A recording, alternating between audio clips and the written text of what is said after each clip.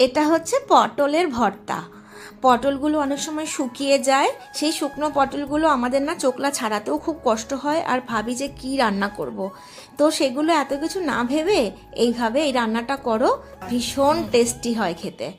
কালো জিরের মধ্যে শুকনো লঙ্কা ফোড়ন দিয়ে পেঁয়াজ রসুন আদা কুচি এগুলো সব ভাজা ভাজা হলে চোকলা সমেত পটলটাই কেটে নিয়ে এর মধ্যে দিয়ে দাও।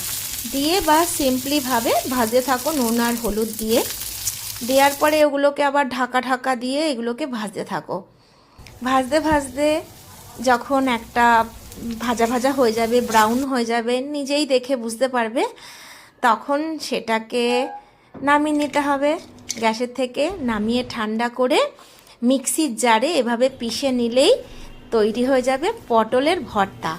তো শুকনো পটল ফেলে না দিয়ে এইভাবে বানিয়ে খাও, এত ভালো হবে খেতে।